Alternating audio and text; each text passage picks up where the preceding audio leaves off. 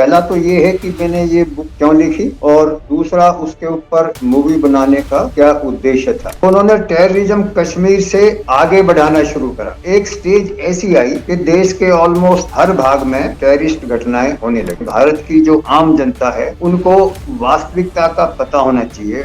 Vote bank politics के लिए जो पॉलिटिकल पार्टीज हैं वो किसी भी हद तक जा सकती है। मैंने 2 वर्ष पहले एक किताब लिखी थी जिसका शीर्षक था the game behind saffron terror.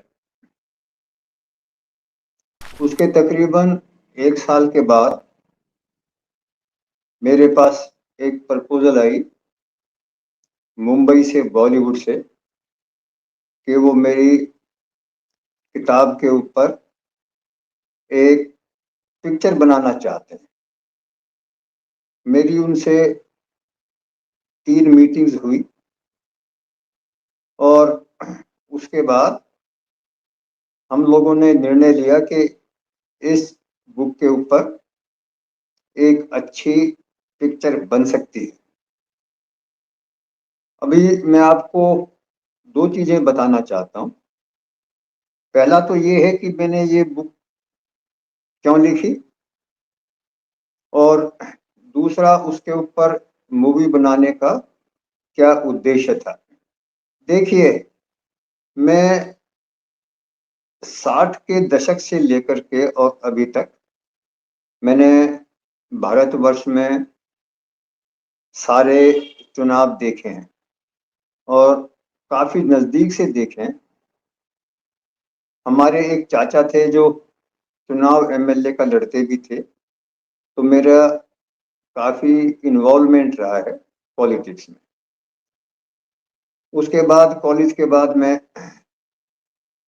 Army में चला गया और वहाँ पे भी अभी हर चुनाव को बहुत करीब से देखने का मौका मिला। जब मैं बाहर आया तो और भी नज़दीक से देखने का मौका मिला, क्योंकि पॉलिटिक्स में मेरा इंटरेस्ट रहा है। और दूसरा ये है कि जो पॉलिटिक्स है, राजनीति है, वो हमारे जीवन को हर प्रकार से इफेक्ट करती है। तो इसलिए ये जानना भी बहुत जरूरी था कि हमारे नेता कैसे हैं, हमारे यहाँ पे देश में कैसा वातावरण है, क्या क्या मुद्दे हैं जिनके ऊपर चुनाव लड़ा जाता है, और चुनाव के बाद हमारे राजनेता क्या करते हैं। और सबसे जो इम्पोर्टेंट चीज थी वो ये थी कि चुनाव में उनके मुद्दे क्या होते हैं। और तो मैंने एक चीज जो बहुत डिस्टिंक्टली नोटिस करी वो थी कि हमारे देश की राजनीति ऐसी हो गई है कि ये एक वोट बैंक पॉलिटिक्स हो गई। वोट बैंक कैसे? हमने वोट बैंक डिवाइड कर रखे हैं धर्म के ऊपर, जाति के ऊपर और रीजन के ऊपर। एक स्टेज ऐसी आई जब मैंने देखा कि वोट बैंक पॉलिटिक्स के लिए जो पॉलिटिकल पार्टीज हैं वो किसी भी हद तक जा सकती, उसमें उनको ये ध्यान नहीं रहता कि इस वोट बैंक पॉलिटिक्स के लिए कई बार हम जो हमारे नेशनल इंटरेस्ट हैं उनको हम सेक्रीफाइस कर देते हैं। अभी हुआ क्या, जब यूपीए की सरकार थी तो एक टाइम ऐसा आया कि उनको अपना वोट बैंक पॉलिटिक्स के लिए उन्होंने एक विशेष धर्म को उनका एपीजमेंट करना शुरू कर दिया, क्योंकि उनको चाहिए था एक डेडिकेटेड वोट बैंक। फिर मैंने देखा 90s के दौर से शुरू होकर के मैंने टेररिज्म को देश में बहुत नजदीक से देखा है। मैंने कश्मीर में जब टेररिज्म था तब वहां पे बहुत नजदीक से देखा। उसके बाद जब पंजाब में टेररिज्म था 80s में और अर्ली 90s में, वो भी मैंने बहुत नजदीक से देखा है। मैं मिलिट्री इंटेलिजेंस में रहा हूँ और इन चीजों पे बहुत बारीकी से नजर भी रखी है।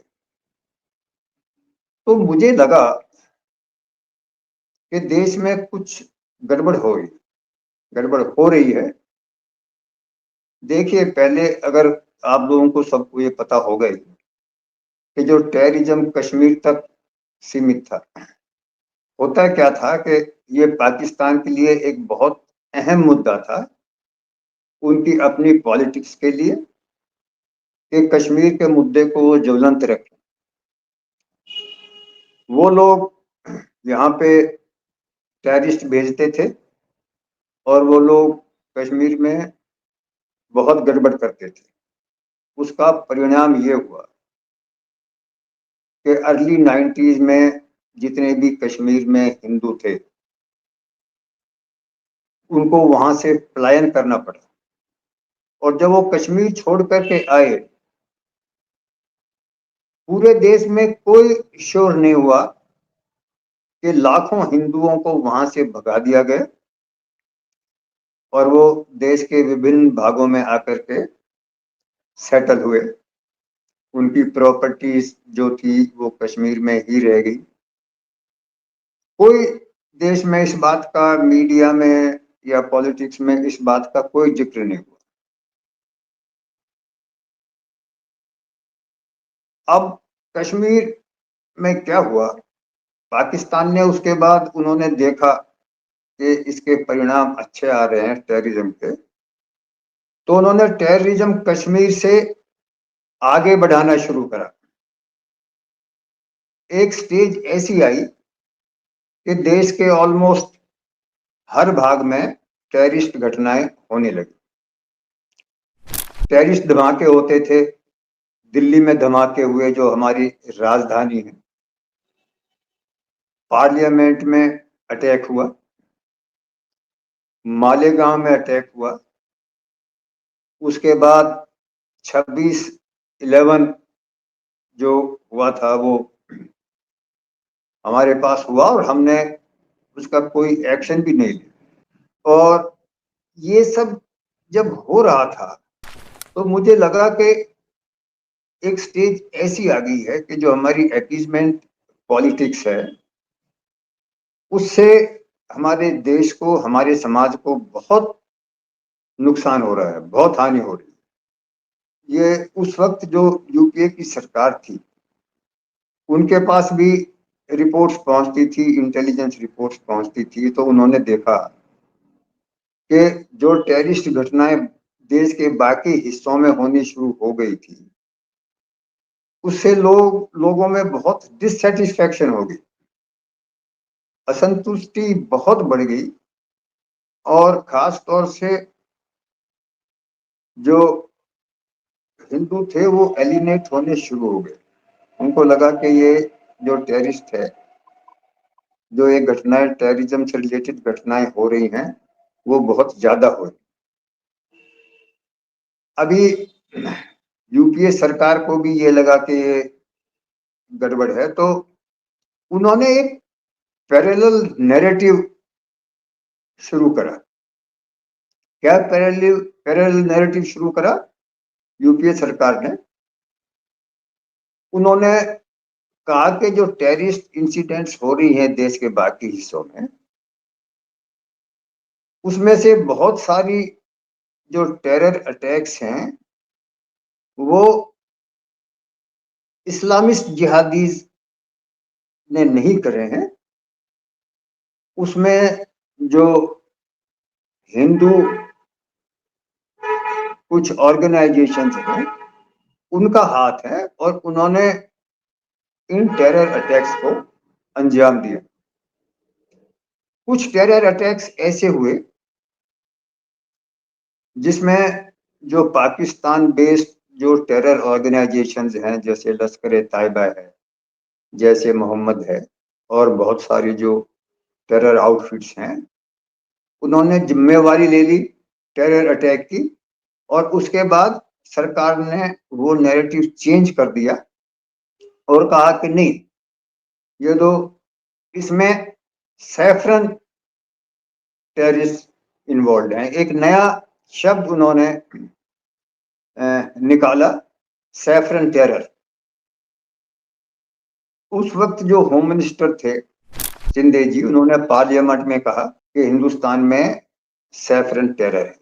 जब मैंने बहुत सारी घटनाएं देखी तो मुझे ऐसा लगा कि जो हमारी जनता है, हमारा जो अवाम है, उनको शायद सबको उन चीजों का उतनी नॉलेज नहीं है, उतना ज्ञान नहीं।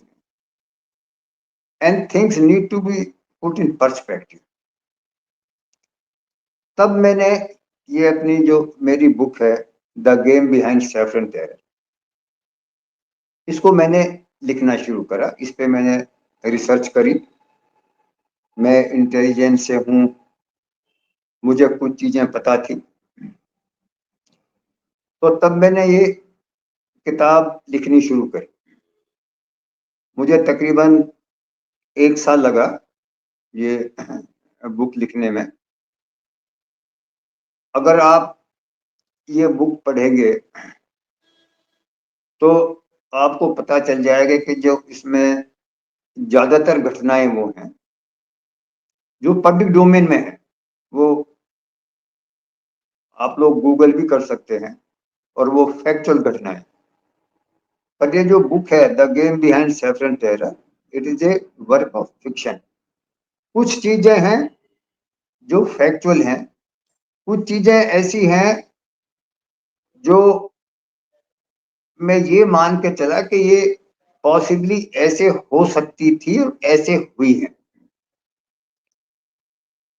तो मैंने जब ये बुक लिख दी, बुक पब्लिश हो गई,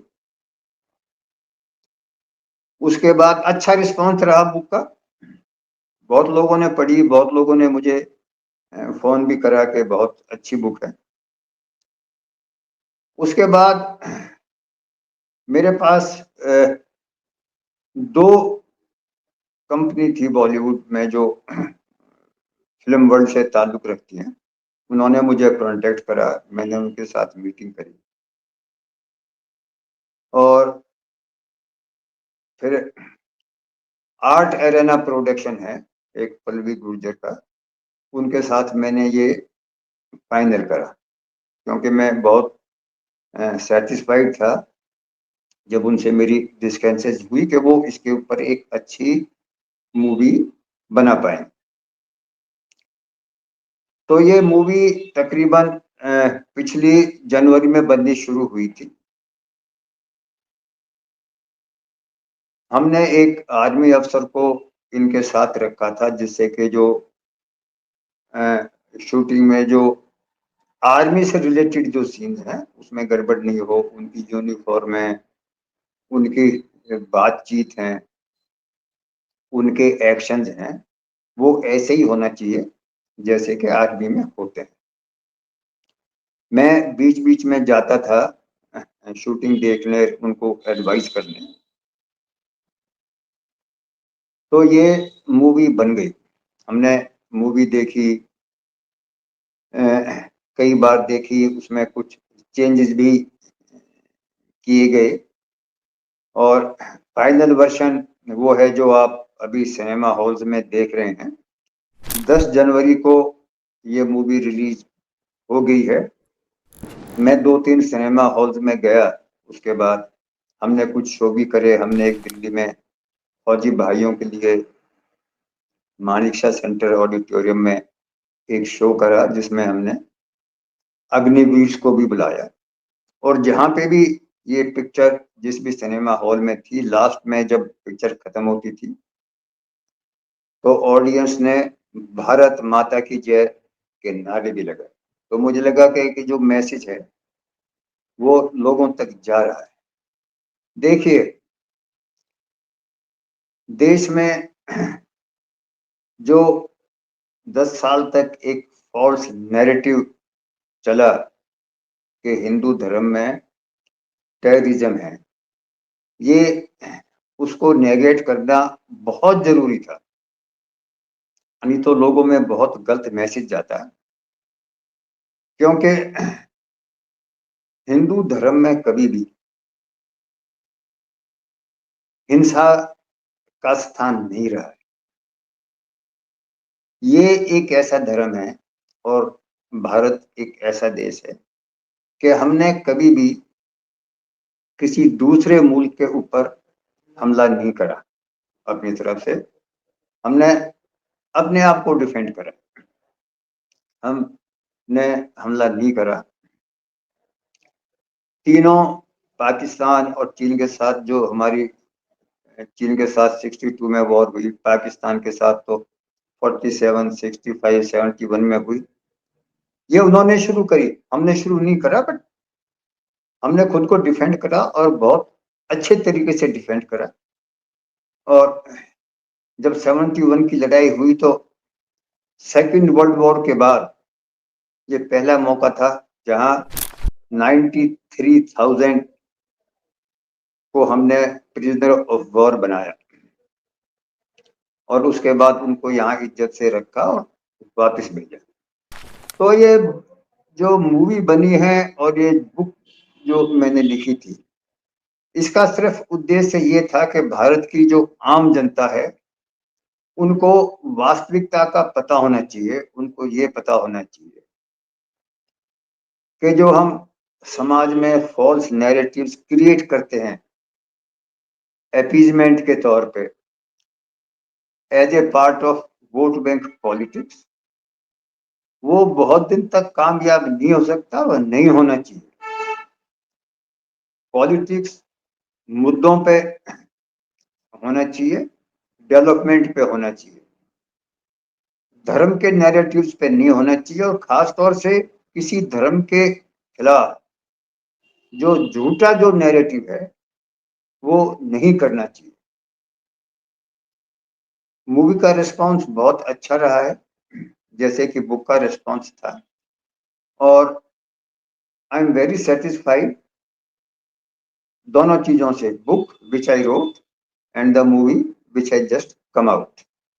मुझे ऐसा लगता है कि अभी लोगों में इंफॉर्मेशन बढ़ रही है, लोग थोड़े ज्यादा एजुकेटेड हो रहे हैं, लोग वास्तविकता को समझने लगे हैं।